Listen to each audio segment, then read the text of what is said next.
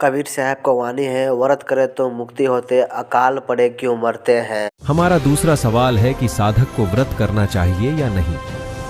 अगर आप चाहते हो कि आपके जीवन की दरिद्रता आपके जीवन से समाप्त हो जाए तो आपको नवरात्रि का व्रत करना चाहिए। ये जो नवरात्रि के व्रत हैं बड़े ही सुंदर हैं। भगवती जगदम्बा की पूजा, हवन और ब्राह्मण भोजन कराना चाहिए। व्रत के सर्वदा पालन करने से ज्ञान और मोक्ष तथा सुलभ हो जाते हैं, सुख और संतान की प्राप्ति होती है तथा शत्रु के पैर भी नहीं टिकते जो माता रानी के नवरात्रों का व्रत करते हैं।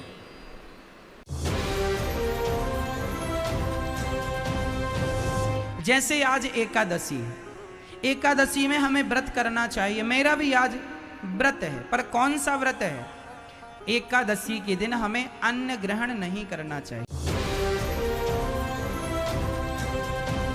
तो इस तरह से हमें समझना चाहिए कि हम अगर व्रत करें तो इसमें एक इमोशनल एस्पेक्ट भी है, और साथ में भगवान कहते हैं जो व्रत रखते हैं उनके हृदय में कृष्ण प्रेम बढ़ता है, उनके शरीर का शुद्धि होती है, उनके अहंकार का नाश हो जाता है। इतने फायदे। मंगलवार का व्रत प्रातःकाल सूर्योदय के पूर्व में उठ जाना है। स्नान आदि निवृत्त करने के बाद में बागे श्री हनुमान जी महाराज का स्मरण करना है, उनका दर्शन करना है। हनुमान चालीसा आदि पाठों का जो भी आप पाठ का नियमावली पद्धति में लिए हो उनका पाठ करना है। और व्रत के पूरे दिन कोशिश करें कि कम से कम लोगों को स्पर्श हो।